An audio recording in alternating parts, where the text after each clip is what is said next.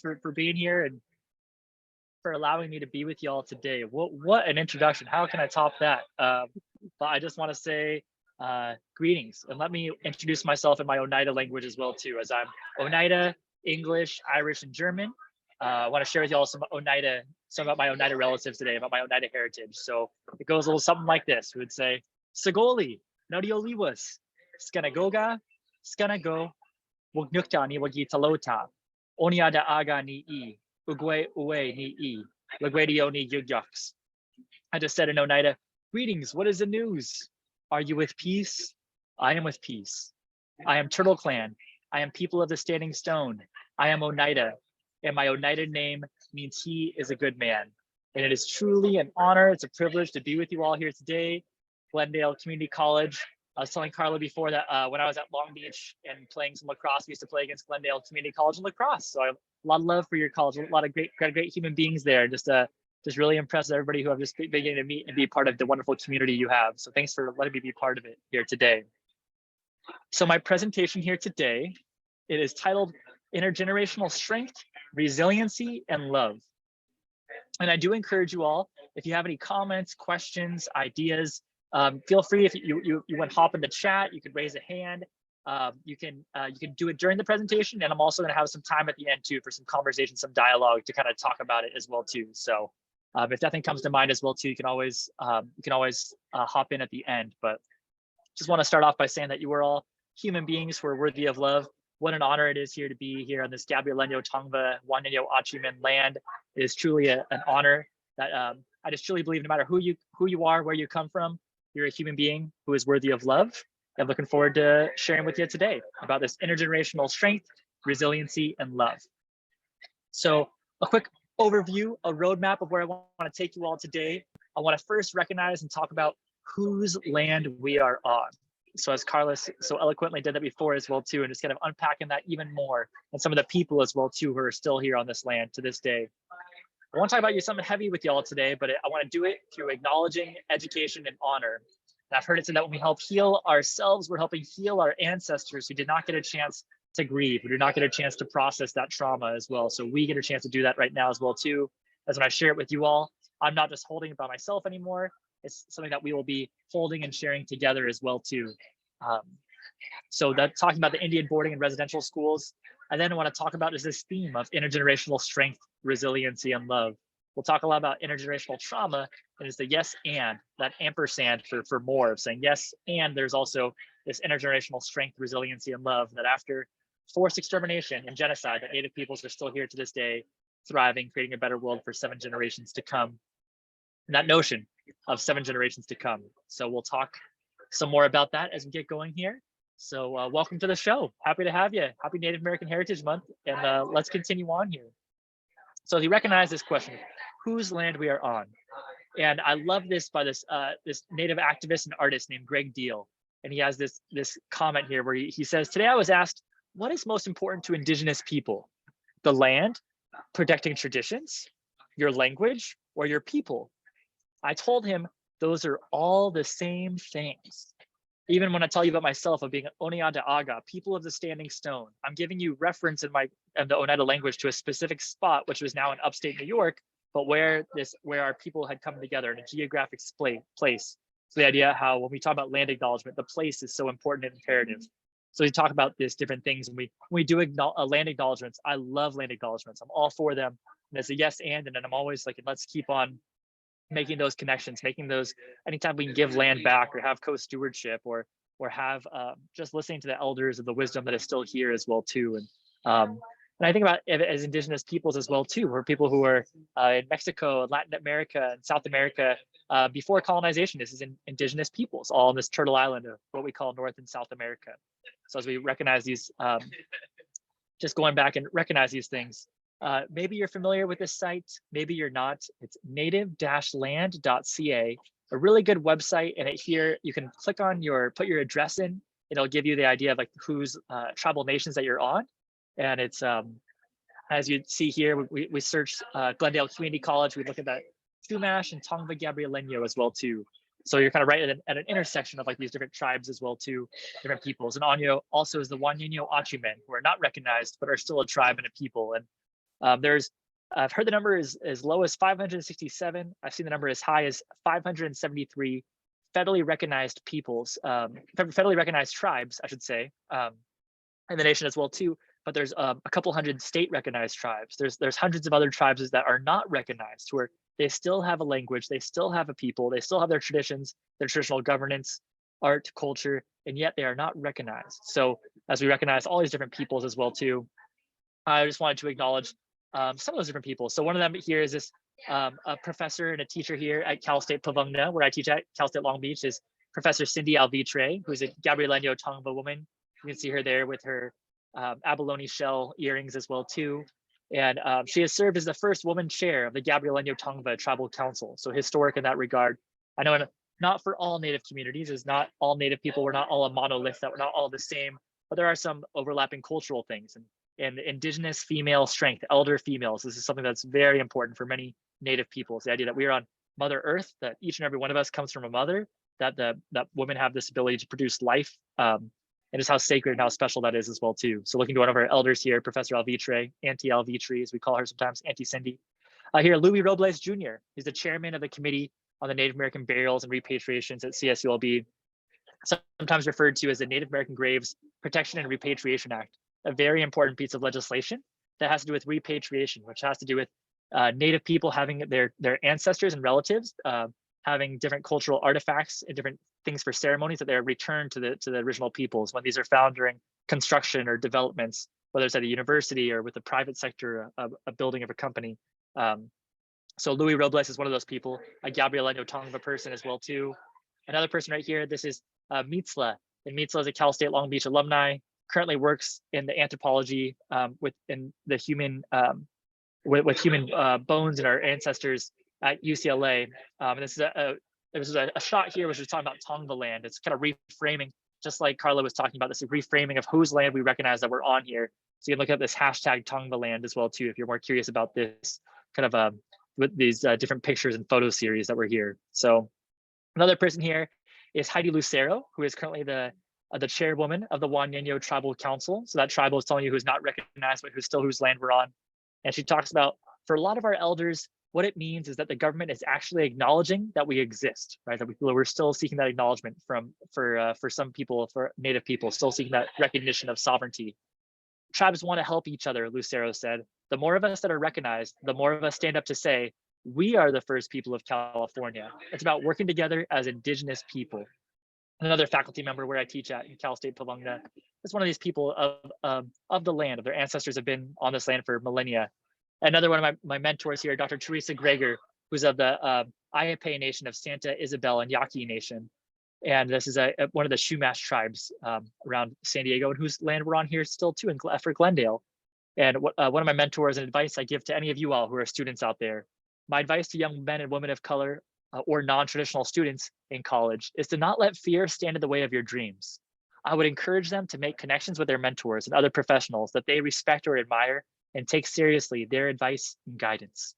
Some great words of wisdom there from Elder Dr. Greger, a phenomenal human being as well too.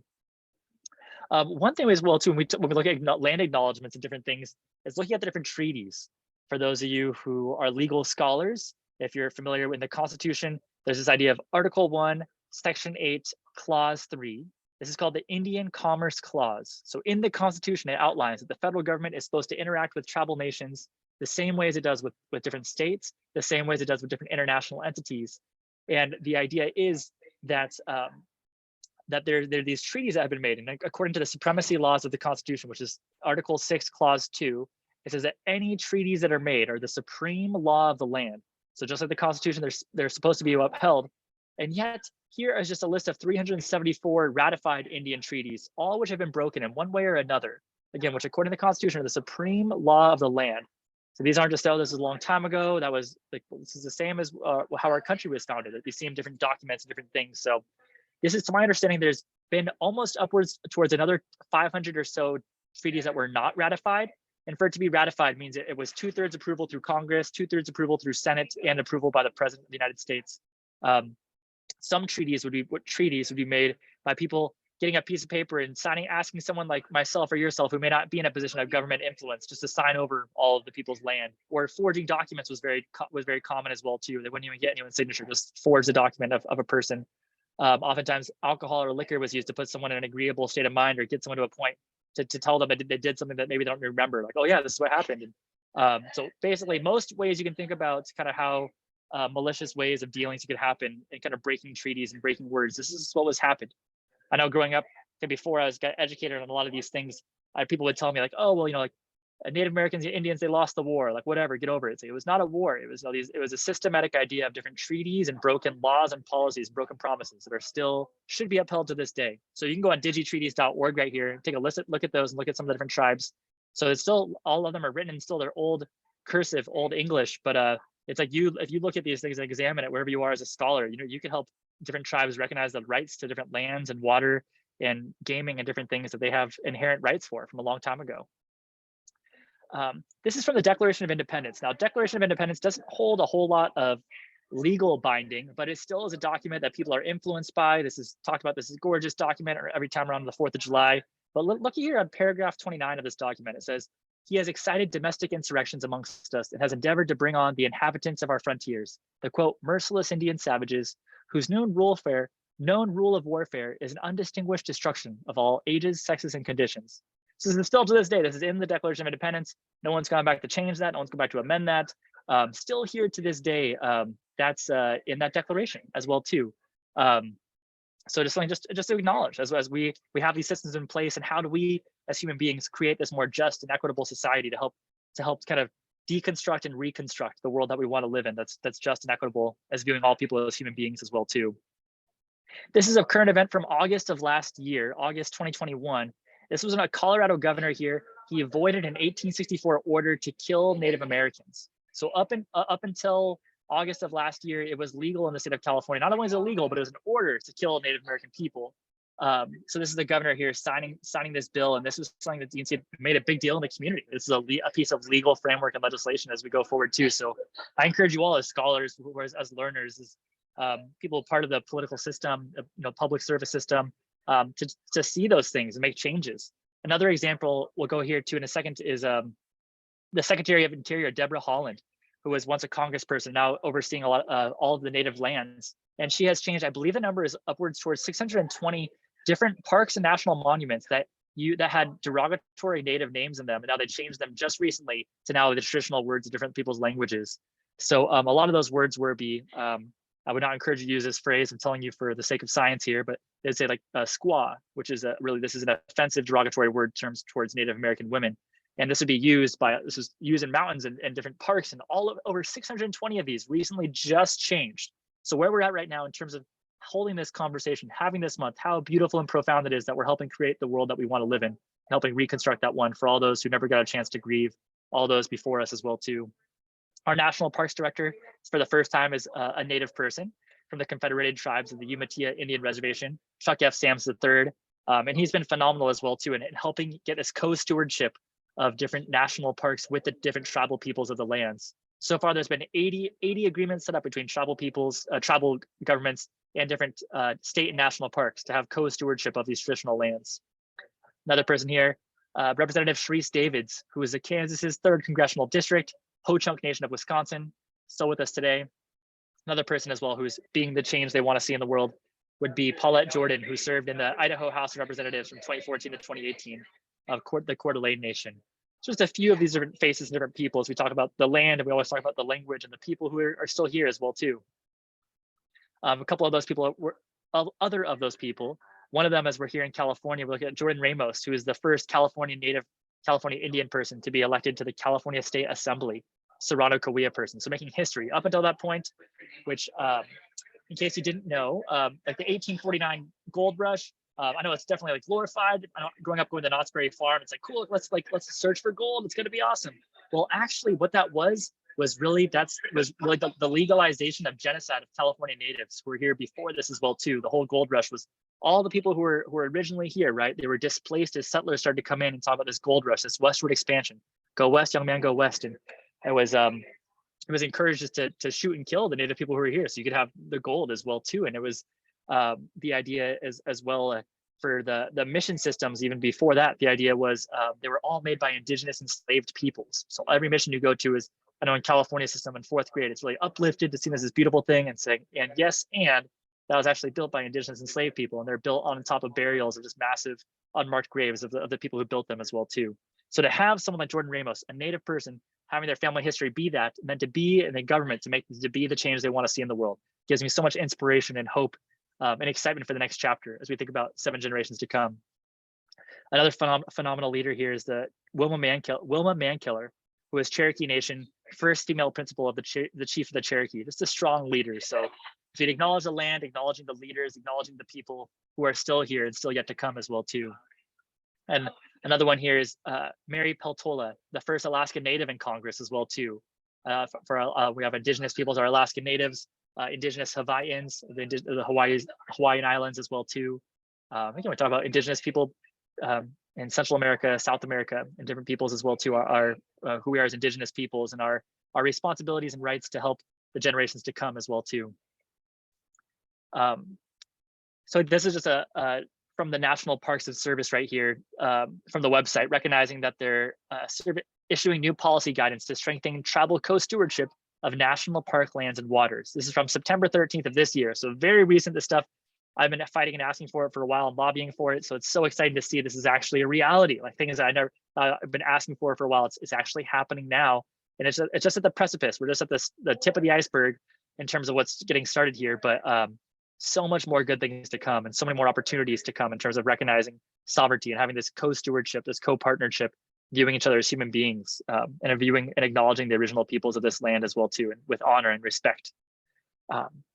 So I'd like to now shift our attention here to the Indian boarding, Indian residential schools. In the United States, we call them the Indian boarding schools. There's approximately 450 plus of them. In Canada, they're referred to as the Indian residential schools. There's approximately 150 plus of them there. The first one was Carlisle Indian School, and we'll tell you more about that in a second here. So this is a quote here. It's from the superintendent of the first, of Carlisle Indian School, which would then be used as an archetype for all the other schools as well too. So it says here, Spotted Tail, you are a remarkable man. You are such an able man that you are the principal chief of these thousands of your people. But Spotted Tail, you cannot read or write.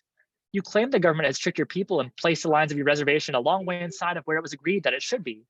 You signed the paper knowing only what the interpreter told you it said. If anything happened when the paper was being made up that changed its order, if you had been educated and you could read or write, you could have known about it and refused to put your name on it. Do you intend to let your children remain in the same condition of ignorance in which you have lived, which will compel them always to meet the whiter man at a greater disadvantage through an interpreter, as you have to do? As your, quote, friend Spotted Tail, I urge you to send your children with me to this Carlisle school, and I will do everything I can to advance them in intelligence and industry in order that they may come back and help you. So what a beautiful idea of words. Like, okay, interesting. But what was the motto there at the school? The motto was to kill the Indian to save the man. So all these beautiful promises to Spotted Tail, doing one thing with one hand, on the other hand, saying we're going to kill the Indian to save the man, that we have no intention of keeping your culture. When your young children come here, all their hair, for the young men, we're going to cut it all off. And the only time that Native men would cut off their hair, I used to have long hair as well too, and you cut it when someone close to you passes away. And it's the idea that there's a language barrier. None of these children spoke English. The idea, all they know is they're being displaced from their homes, taken from their homes, and put in these schools. If their parents tried to stop them, the parents would be arrested and the kids would be taken anyways, be placed in these schools. Just really traumatic, right? So your language, your culture, your identity, your name, that people didn't know that they had. Like, for instance, my Oneida name is LaGuadio, right? My English name is Thomas or TJ. But the idea being that when students first got there, there'd be a chalkboard with a bunch of just English names written on the board. They give them a stick and have them point at the board with the stick, and that's their new name. How people would be appointed names. So there's really an erasure of that history, an erasure of those names, and it's heavy. There is still some things that people have risen out of that pain and out of those things, like a rose that grew from concrete, in the words of Tupac. But there's been some beautiful thing from the negative. But again, this is an awful thing. Carlisle was used as the archetype, but we are just starting to look at those now, and those schools are just starting to be examined now. And in Canada, they're doing more so of this Truth and Reconciliation Commission, where they're looking at the different Indian residential schools. And so far, I've seen the number as low as 5,000 children's bodies that have been found at schools. I've seen the number as high as 10,000, and they've only searched a handful of schools. And we haven't even started in the United States. We've searched one school, which is Carlisle in Pennsylvania, where my great grandpa went. 180 tombstones there, another 13 which were unknown for children that they couldn't even be identified in their death. So we talk about some of those people, like we'll talk some more about them in a second here. And just noticing as well too that the age limit was 14 to 20 years. Students must be at least 1/4 Indian, preferably full Indian. So I even put that note here. Someone like myself who's mixed identity, like I'm English, Irish, and German, but I'm a quarter Oneida. So my mom's half, my grandma's an elder. Like I would have had to gone to Indian boarding schools had I been alive a century ago as well too. And just thinking about putting that in perspective as well too. So this is a famous picture of the boarding schools. This is one taking of Dene person, which is the Navajo word for Navajo. But Tom Toslino, when he arrived at Carlisle on the left here. So you see this is like some of his traditional clothing, his traditional way of expressing himself. And then on the right is supposed to be the before and after picture, this quote, civilizing them, of saying, well, look how good we did in helping these children, of saving these children, right? And yet I ask my students as a teacher, like, what people notice in this. A lot of people will tell me they'll notice like even his skin looks lighter from the lighting, or just like being indoors more, like, his hair, just the clothing, right? Those crosses, right? Those aren't those like Christian crosses. Those are crosses like from Dene people for like their tying back to the specific beliefs and just how that's all just taken away, right? This form of expression and expressing oneself. So this would start a chain of events, what's called intergenerational trauma. I would be what's considered a third generation survivor of Indian boarding school. So my great grandfather was forced to attend, Anderson William Cornelius, and my great great uncle was forced to attend, Joshua, and he did not live through boarding school. He was killed while he was at Indian boarding school. So it's really heavy as we unpack these things and talk about these things, right? It's not just like an academic thing you read in a book. It's like people's lived experiences, right? Those blood memories live on inside me. The things they experienced or different things they saw, that's like inside me as well too. And this is a picture from one of my cousins who made a book about the Indian boarding schools, and this was a picture showing all the children hiding underneath the bed when the Indian agents would come by because they were so scared of being taken from their homes that they would hide, and the parents would try to pretend like they didn't have any kids if it was possible, so they would try to skip over their house and not take their children. So very heavy, very, very heavy thing as we unpack and learn about it as well too.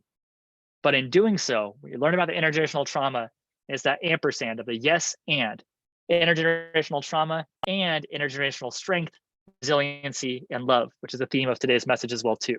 So through that is like, what does that mean when one of the strongest empires in the world tries to exterminate your people, try to take away your culture and language, and for me to still be able to greet you in my Oneida language, to be able to sing to you later in like traditional drumming and singing, as this leader John Trudell has said they didn't erase us. So if they erased us, we wouldn't be able to pick up the pieces and put them back together again like we're doing right now. So it's there's a lot of strength, there's a lot of resiliency. One of the unintended consequences of Indian boarding school was, I guess, people actually learning the language to be able to learn about the treaties, learn about their rights, be able to come together with people from different tribes. If people from different tribes were also put at different schools. So like if you had a sibling or if you had someone from your own tribe, to make sure you couldn't speak your own language, they'd try to put you, they'd put you somewhere far away. So you would have to learn how to speak English. You wouldn't have a choice. But in doing so, there's a lot of strength, a lot of resiliency. I think about my great grandfather when he played lacrosse. This is known as the creator's game here. He played as a way when everything else was being stripped away from him, right? Like in that picture, lacrosse that was totally acceptable. This is a way he was able to hold on to his culture in plain sight by playing this what's called the creator's game, the spirit game, and the medicine game. And as Chief Oren Lyons says, that as we as Haudenosaunee people, we were playing this game on the other side of the stars when this world was filled with water. Like this game is part of our creation story. When we die someday, like I plan to be buried in my wooden lacrosse stick, you're still playing on the other side. So it's a very deep spiritual practice as well too. It's more than just a game, and it's what my dissertation was all about as well too. And it's but it's a very profound spiritual thing. And that's one of the gifts. So one of those people my great grandpa played with was Jim Thorpe.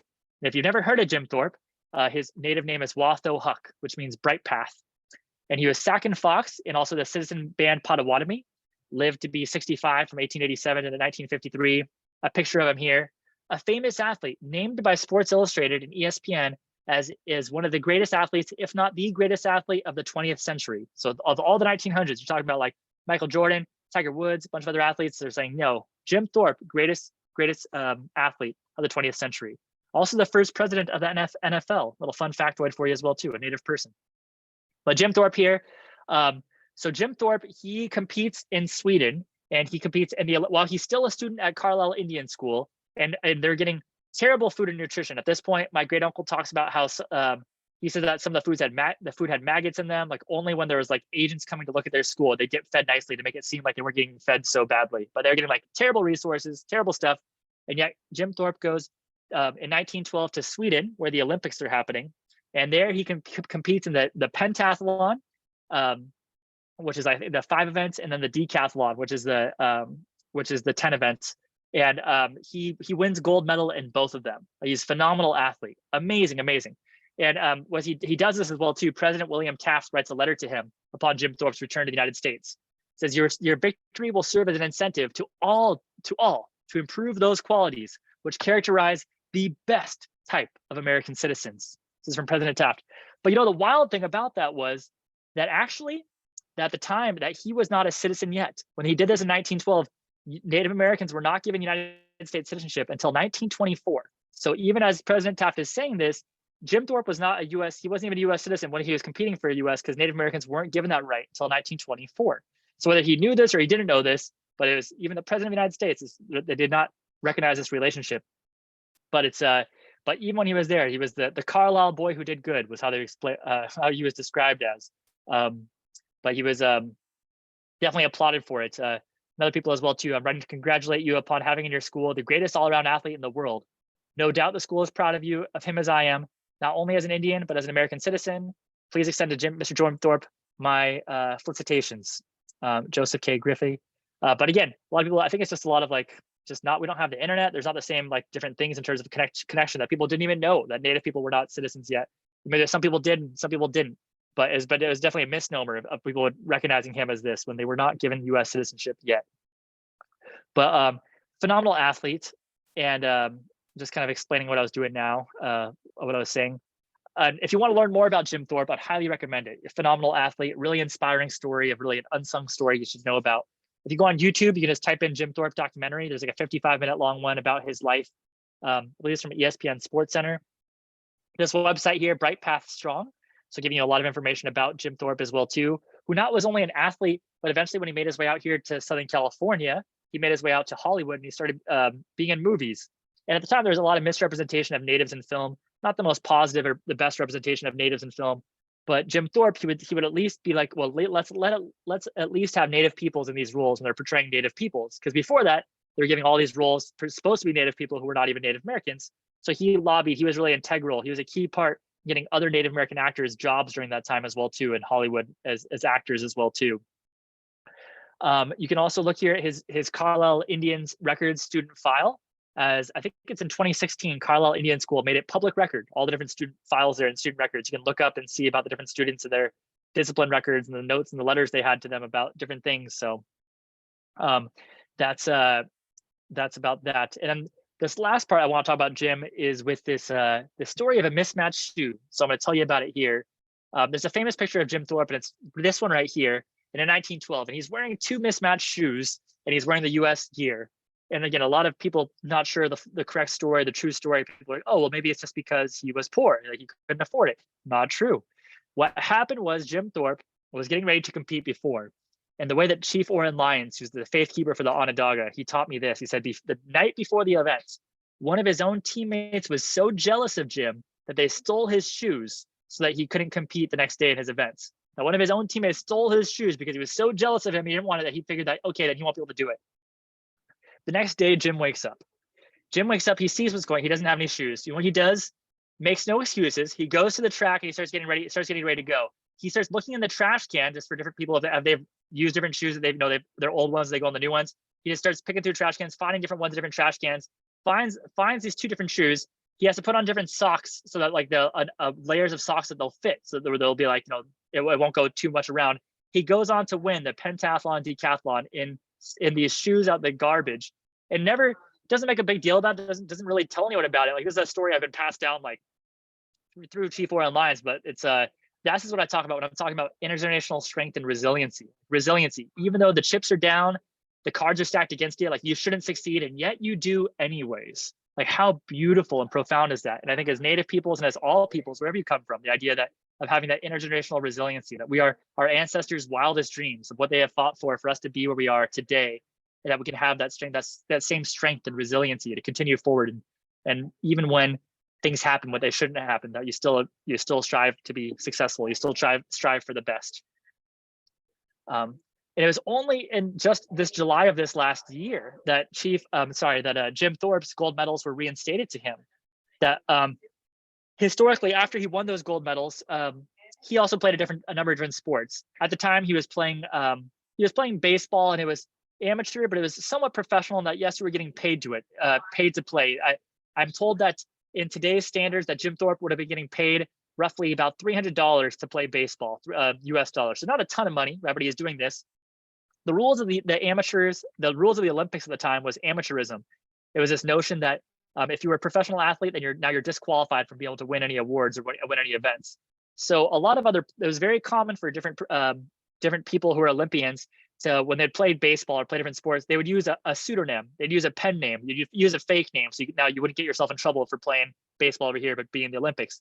Well, because Jim Thorpe was so popular, because he was this athlete that had so much notoriety, he was like, come watch the greatest Indian athlete of all time. Like, he was hyped about this so much that he was basically exposed and exploited because of his name not being able to use a fake name. So when the International Olympic Committee found out, they said, well, wait a second, Jim, you're getting paid to play baseball? Well, now we have to take away your medals. You're no longer a gold medal winner because you're getting paid the equivalent of $300 US. And this is a big point for Jim in his life. This is a point of pride in his life. Olympic medal, this is a big deal, right? And he didn't have a ton of money. He didn't have a ton of things. I'm told in his life, this led to a deep onset of depression. This led to alcoholism. It led to different things. It was a very heavy, very tough thing in his life. Jim, for a number of years, he would go working at different like sports bars. He'd be hired as like a greeter or whatever to help people, just kind of same thing, kind of just exploiting kind of his fame or his talent and notoriety and different things. And at the end of his life, he'd be out here near Southern California, digging ditches and trenches, and people would stop at the side of the road and take pictures with him because he was still just famous in that regard, but didn't really have a whole lot of different things. So pretty much poor and destitute by the time he finished, had his family's love and love of those around him, but didn't really have his story told. It wouldn't be until years later that his relatives would be lobbying for it. His daughter and his granddaughter saying like, he needs this medals back. Like, this is, even though he's passed away, he still deserves these medals. So I believe it's the 1980s where the International Olympic Committee says, yes, we will now say that Jim Thorpe is the co-winner of the gold medal. And if someone said, well, he wasn't the co-winner, we know he was the actual winner, right? But it wasn't until July of this year where the International Olympic Committee says, yes, Jim Thorpe, you are the sole recipient of that. A year 110 years ago, we're making a right that we didn't before. That's kind of the theme of today as well too. We have a lot of wrongs to right still, right? And it's like we're moving in the right direction, but it's like, wow, recognizing where we've come from as well too. But using that intergenerational strength, resiliency, and love to help create that more just and equitable future that we want to live in, right? That we want to create that world. But definitely, it's important to know history, to know ourselves, and to know where we're going as a country as well too. I've heard it said that a country that does not know its history has no future, and there's a lot to be said about that as well too. You start to see history repeated in terms of people being oppressed or being seen as dehumanized or less than and displaced when we forget about our history. We think about different states. Texas Senate Bill 3 in June of last year, it made it no longer a requirement, and it made it illegal to teach Native American history in the public schools in Texas. It's like, why do we have that, right? And it's which you can see leads to different things, which in the Supreme Court right now, the Indian Child Welfare Act is being looked upon right now. And it was brought to the forefront because in Texas, there was this case, I believe it's Brackeen versus Zink in 2018, if I'm not mistaken. And it was in the court of Texas where they're saying, well, wait a second, the idea that these Native children who are going up for adoption are supposed to be put with Native families, the Texas courts and people who are these non-natives, not familiar with the history, are saying, well, hold on, this is unconstitutional under the Equal Protection Clause of the Constitution, without taking into context any of the context, right? Without taking into consideration any of the context, right? In the 1970s, the American Psychological Association made a recommendation to Congress and said, we've been seeing in terms of like these children going to these Indian boarding schools, we're seeing what was called the 60s scoop. This happened in Canada and the United States, where Bureau of Indian Affairs agents would go onto the reservations, just scoop up children, literally take them and then place them with homes of European American families, thinking that they were saving them because they're doing them a favor. And the American Psychological Association saying, well, hold on, no, we're doing a lot of harm this way. We need to make sure that Native children go with their own, either someone from their own family, someone from their own tribe, at least someone from a different tribal nation, because their culture and their heritage is so important that this needs to be taken into consideration. So the American Psychological Association's recommendation, which Congress passed a law, the Indian Child Welfare Act, in 1978, and it's now being looked at now in the courts, whether this is constitutional or not. This is why it's so important, right? You see how Texas, they're not teaching about their history of Native peoples. It's like, well, when we forget our past, we're gonna not know our future. So it's really important to acknowledge, to educate, to honor, right? And it's not, I don't have to walk around with malice and hate in my heart all the time, but I don't need to be blind. I don't need to be blind to what's happened in history as well too. I need to recognize and see it, right? To acknowledge everything that's happened, warts and all, good, bad, and ugly, and say, how can we make a better world? How can we make a more just and equitable world with what has happened? So yeah, this is from NPR, just talking about how Jim Thorpe is reinstated as the sole winner of 2 events in the 1912 Olympics. So just very recent news from this last summer. And I do love pop culture. I love film. So if you're a film person, there's a film coming out soon called Bright Path, and it's going to be all about Jim Thorpe. So I'm pretty stoked on that right now as well too. A lot of different people who are part of that. And one of the people is Angelina Jolie, who has traces back some Mohawk ancestry as well too, which is part of the Haudenosaunee. So her and other people as well too have like put in a lot of money and resources to help try to tell this story. I know COVID put some of the filming kind of on pause for a little bit on the project, but it's going to be, it should be coming to theaters in the near future. So I'm not sure how long that near future is. So, but coming soon. So have an eye out for Bright Path as well too, and be able to tell people about it as well. So here's a person as well too, one of the heroes I want to uplift. This is my great grandfather, Anderson William Cornelius, who attended Carlisle, Indiana, Pennsylvania from 1910 to 1913. Here he's using his football uniform there. He also played lacrosse as well too. He ran away from school twice, and the second time he ran away was on the 4th of July. I love that idea as well too. And thinking about what he was thinking about the time about freedom. So freedom for who? He said, all right, fine. Well, I'm breaking free of this place, and he did that. And just a reminder of how this was not a voluntary place. This is a letter that was written to him about after he ran away. It said, Mr. Henderson, Anderson Cornelius is a deserter from the country and should be disciplined accordingly. So this is what they talked about when he was talking about just from leaving the Indian boarding school, from doing something which was definitely not mandatory, definitely not voluntary, very much mandatory. While he was there, most of the memories I have from him are talking about sports. He's talking about playing lacrosse, being goalie, and seeing the whole field from everything he can. They're talking about how they'd play at schools like Army and Harvard and Yale, and those schools expecting to kind of beat up on the poor Indian boarding school, and yet how Carlisle would beat all those schools in football and in lacrosse and all the epic matchups they had as well too. So pretty profound, the power of sports as well too, to use that as a platform for sovereignty. Like, we're still here, which is like another example for the Haudenosaunee national development teams, which is the youth teams, and the Haudenosaunee national teams.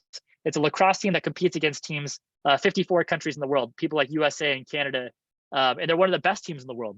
I tried out for them in 2015 using this wooden stick.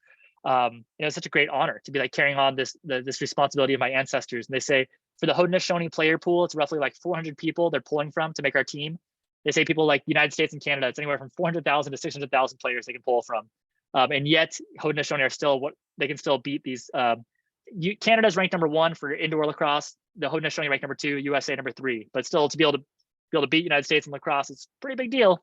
And it's still happening now, as I heard it said by Dr. Rick Hill, who's a Tuscarora scholar and native, and he says that we're using lacrosse as a springboard for sovereignty, using this idea that the Olympics is in 2028. It's coming to Los Angeles, and they're gonna have lacrosse again in the Olympics. So like right now, a lot of the Haudenosaunee, our different leadership, we're lobbying to be at the Olympics, to be competing in the Olympics. A lot of our leaders, they envision us holding the Olympic torch as we're walking into the ceremony.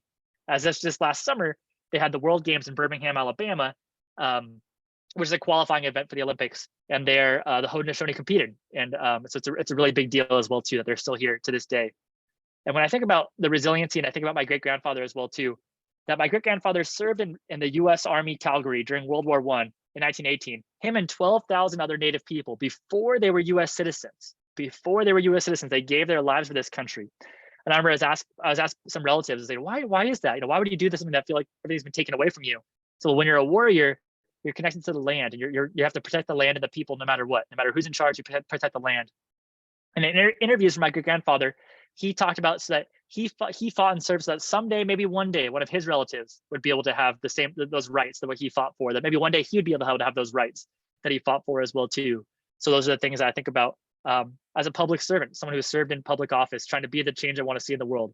I ran for mayor of my city a few years ago, and I was a neighborhood city councilman like a decade ago. And I don't have the capacity to take someone else's life in war, but I view my great grandfather's sacrifice and saying, I want to make this world, I want to be the change I want to see in the world. I want to make this world better, make his sacrifice be so that it wasn't for nothing. So try to make him save this country and make it better in every way we can. So we talk about the seventh generation, our responsibility. What does this mean for 7 generations to come? So I'm gonna use the words here of Chief Oren Lyons, and let's read along here. It says, the 7th generation is about vision. It's about leadership looking ahead. It is about responsibility. 7th generation reminds you that you have responsibility to generations that are coming, and that you are indeed in charge of life as it is in the moment. Every generation has its time. Every generation has its leaders, and every generation has its heroes. Every generation has all of that. And when that generation passes, the next generation will have the same. They will also have their leaders. They will also have their heroes. They will also have their problems, and they will also have the continuing responsibility to look on to the next 7 generations. Because people talk about their rights, but they never talk about their responsibility. And leadership has got to have that above all. They have got to have vision. They have got to have compassion for the future. They have got to make that decision for the 7th generation. That is not just a casual term. That is an instruction for survival. So I love that call to action, right? That Chief Oren Lyons, I've been to his house. One of my mentors, a phenomenal human being, and he talks about this idea that when we make decisions, don't make it for yourself. Don't make it for your family. Don't make it for this generation. Make it for 7 generations to come. How is what our words are going to say? Our words are medicine. How is this going to affect 7 generations to come? Our actions, how are our actions going to affect 7 generations to come? And everything we do, how is our interaction or action, the words we say, the words we don't say, how is that going to impact 7 generations to come? And our responsibility we have with that as well too. Going on here to, as I think about that 7th generation, I love to think about the stars. I love the power of the galaxy, and I love that cosmic energy. And I think about the people who are working in the stars right now. People like Aaron Yazzie, who's Danae, who works for NASA right now, right? Who's looking ahead to the future, to the stars, and using the traditional ways of the Danae people, and then also building a world forward using technology and the best and brightest we have, right? Working for NASA. Another person I've had the honor and the privilege to meet is John Harrington, who's a Chickasaw person. He's been to space in 1958. A phenomenal, a woman now who's not on here is Olivia Mann, the first Native woman in space, who's currently in space right now at the International Space Station. You think about people like Mary Ross, this Cherokee woman, 1908 to 2008. If anyone's ever seen that phenomenal film or the book it's based off of Hidden Figures, talking about these African women, these Black women whose their stories were really hidden and their contributions to NASA. Well, Mary Ross has added that to the list, a Cherokee woman with phenomenal contributions in terms of her mind in mathematics and seeing the stars and helping build that world for 7 generations to come. So a profound leader I'm inspired by to this day as well too. Never had a chance to meet them, but very honored for their story. And for all you dreamers of dreams, for all you makers of music, for all of you out there with some imagination, if you can imagine a world 7 generations from now, and if you like graphic novels, and if you don't like graphic novels, I would recommend this book to you right here. It's called Moonshot Volume 3, one of my favorite books of all time. It's amazing. And it's talking about indigenous futurism. And I'm currently working right now too with one of my colleagues, Dr. Chris Rosales, about this Latinx, Chicana X futurism and indigenous futurism in our crossroads of intersecting as well too.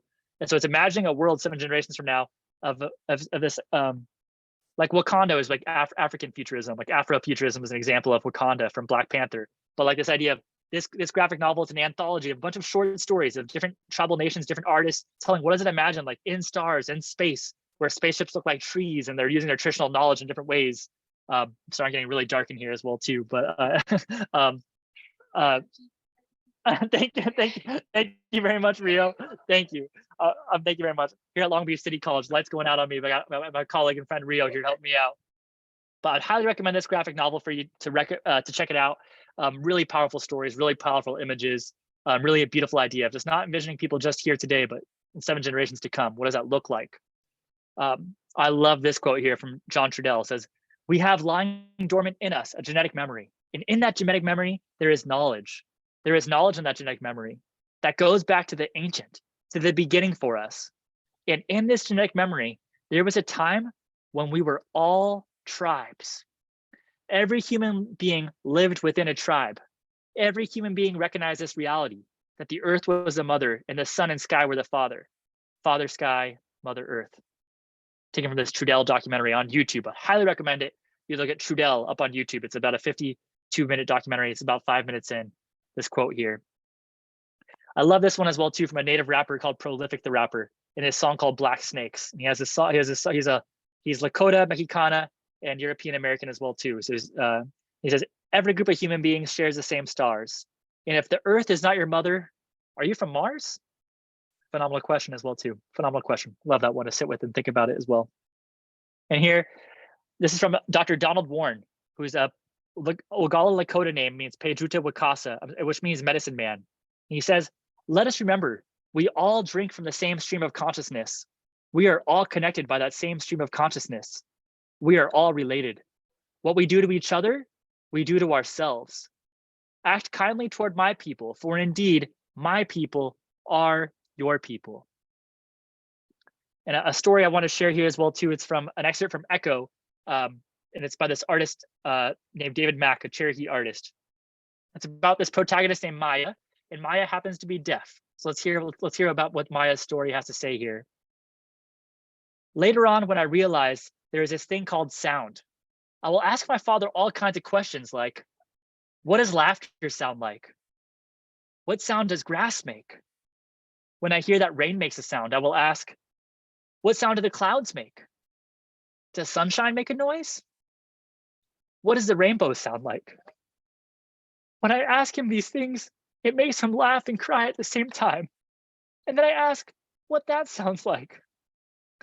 Later on, Maya shares, pass on my stories so that you can understand. Even if you don't hear like me, even if you don't know what sound clouds make, you could feel my stories. I've heard it said to apologize for your emotions is to apologize for the truth. So I'm not going to apologize now, but I want to finish with this song here. I know we're at Glendale Community College, but it's a song here from Cal State Long Beach, the student song. And the translation of it here, it's Indian students, it is difficult, they say it is to finish. People are anxious and happy, and they are saying. So another translation I've heard it said is that the students, the people are anxious and excited to see what you will do with your education. Go forth and work hard for them. This was given to us by Elks Whistle in 1994 to Cal State Long Beach. And one of my cousins was on that drum as well too. So I'm just gonna sing it for you. I'm gonna sing it for you now here. So let me change up my audio. Okay. And then after that, we'll take some questions here. So let's play. Whoa, whoa, hey, oh, Dakota Peke, Wana Wane Tie Tiawa, hey, oh, hey, ho, Tie Tiawa, hey, te. Hey yo, ski waki, hey yo. Dakota Peke, wana wane tie tiawa, hey ho, hey ho tie tiawa, hey ski, hey yo, ski waki, hey yo.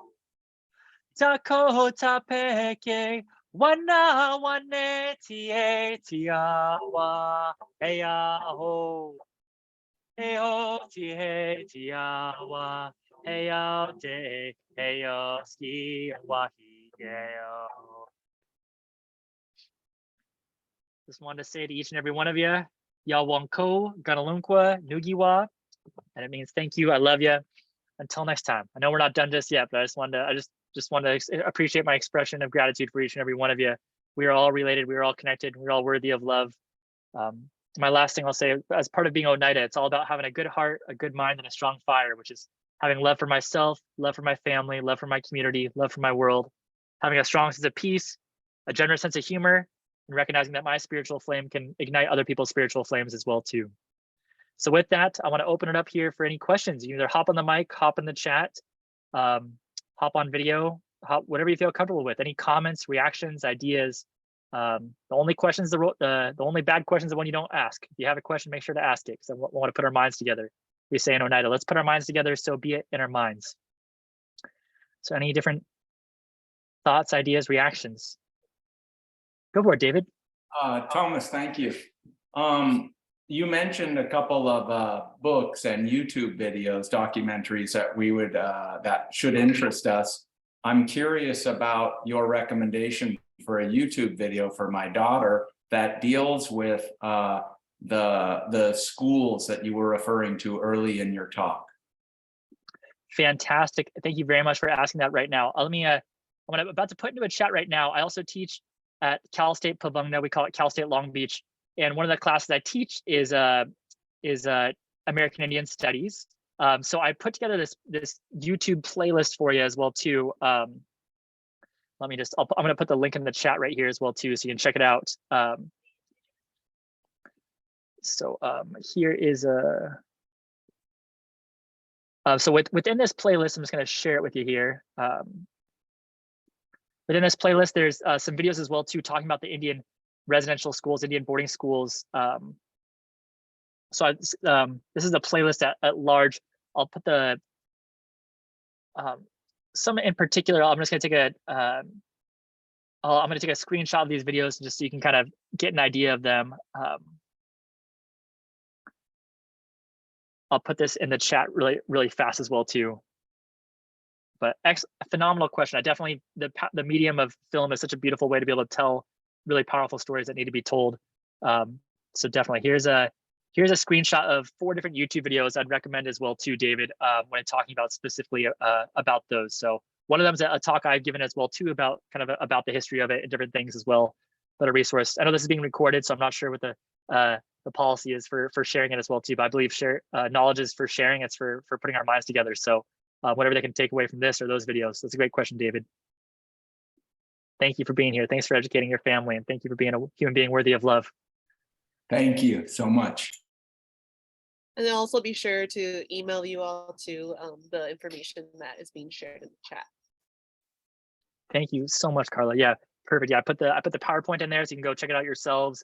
Put in that YouTube playlist and then that screenshot. So Carla, thank you so much for emailing that out to everybody for being here, for all the community. Is Nelson Mandela, tribal nation of Africa, but talks about if you want to change the world, you need to change education. So definitely that's a big part of what we're doing here today, acknowledging, educating, and honor. Definitely. Anyone else? Any other comments, ideas, reactions as we put our minds together? David in the chat. Thank you, Thomas, for sharing your heartfelt experience and time with us. We appreciate you. I appreciate you. I really do. You all could, in the words of Jay-Z, you could be anywhere in the world, but you're here with us today, and I appreciate you for that. So I do appreciate you a great deal. Thanks, everybody. I just encourage you that this, as for all of you, this Thanksgiving, I encourage you all as well too to take some time. There's definitely there's some resources in the playlist I put too about like the true history of Thanksgiving. We've definitely done a job that what we know today of what's usually put on by plays in the school is really, it's taken from post-Civil War by an English author, and Abraham Lincoln was trying to unify our country. So they put together this fictional narrative, a thing that didn't really happen, to make it seem like this is what it's supposed to be. And Thanksgiving is what a very good point of putting it as well too, Carla.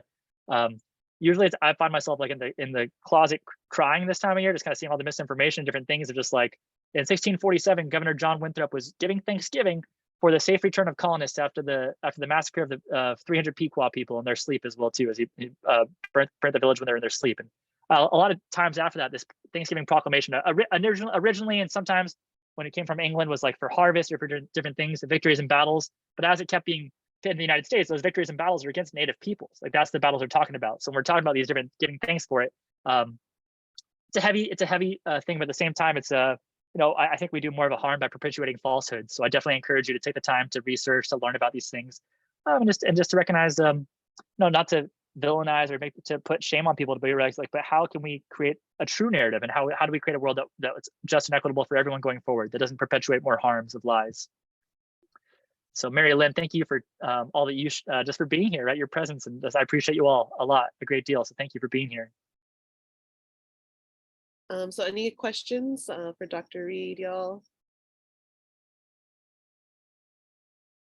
Thank you so much, Dr. Reed, for being here today and just honoring us with your presence and your authenticity and the information. I think it's something that we all need to continually learn. And, you know, our history continues to be erased, the full history, right, continues to be very whitewashed and hidden away. And so it's important to understand that that we need to learn it and we need to honor it as we move forward for 7 generations to come, for sure. Thank you so much. Beautiful, beautiful presentation. Oh, Rosette, thank you so much. Thank you all for creating this space and let me be myself and be authentic. And Nair says, thank you for your insightful presentation. How do you find hope and meaning when Indigenous culture and land is lost or endangered?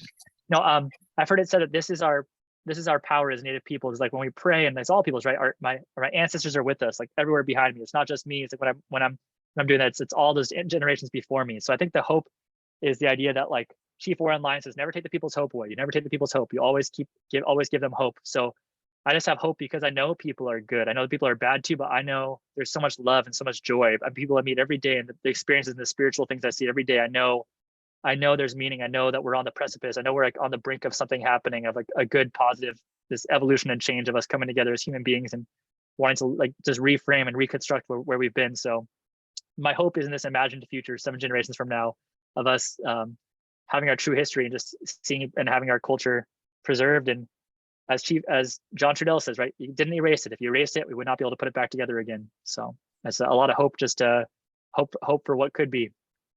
I like that idea of 7 generations. Absolutely, Nair, absolutely. That's that instructions for all of us. I encourage us all to do that in all of our things we do. And thank you for saying that, Nair. I think Shelby also had a comment. She really appreciates you sharing your time and stories with us. I learned so much. I learned about so many new role models today. Me too, Shelby. I learn how little I know every day, Shelby, and thank you for saying that. You're all way so kind and amazing. I really appreciate being here. What a gift it was. Yeah. All right. Well, thank you so much, Dr. Reed. I really appreciate your time. And the only thing I can think of is, I don't know if you're a practice of yoga, but like just the light, like one of the sayings that we would say when we would close the yoga sessions would be like, the light in me honors the light in you. And that's just what I felt today when you were giving your presentation. So thank you so much. I love that. The love in me recognize the love in you. The divine in me recognize the divine in you. The highest in me recognize the highest in you. Absolutely, as we look at this multiculturalism, this notion of namaste. And I do invitation, not an obligation. But if you want to, people, sit up nice and tall, the edge of your chair, head over heart, heart over pelvis, taking the deepest breath of love you've had all day. Breathing like you love yourself. I want you to breathe in some love from your stomach. Ready? Inhale some love. Exhale some love. You are love. You are worthy of love. Yawanko, Ganalunqua nu Yua. Thank you. I love you. Until next time in Oneida. Thanks all my relatives. Until next time. Thank you. Thank y'all so much, everybody. Y'all are phenomenal. Thank you. Thank you for letting me be part of today. Thanks for inviting me, Carla. Thank you so much. Thanks, Annette. Thank you so much. It was Thank you, fantastic. Mary Lynn. Such a You're good way to end the day. Thank you for your good medicine, your good words, Mary Lynn. I'm off the ground right now. I'm floating. Thank you. Appreciate you. Thank you so much.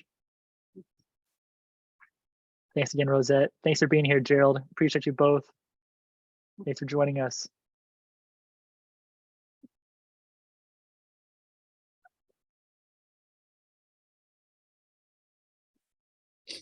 Yes, I'll be sure to share that too in the email I'll send out to everyone.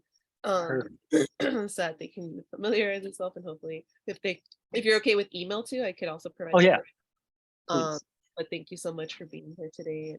I really do appreciate and honor, and I'm so glad we were able to connect and we were able to make this happen. It's so great. So thank you so much. You've had such a long day. Please go and rest and give back to yourself too, as you gave to us today. Thank you. Thank you. Feeling revitalized. It's been a good day. It's been a real good day. Got my colleague Rio laughing over here. We just had some serious heart space as well too before this. So what a day. It's really grateful to be part of it. So y'all want co, thank you. Thank you. Thank you so much. Don't be a stranger. Let me know how we can help in the future for different events, and I look forward to keep the collaboration and network, and Yes, how do we continue the conversation. Thank you so much, Dr. Reed. Have a good night. All the best to you. Good night. Have a good restorative break and take care. You too. Thank you.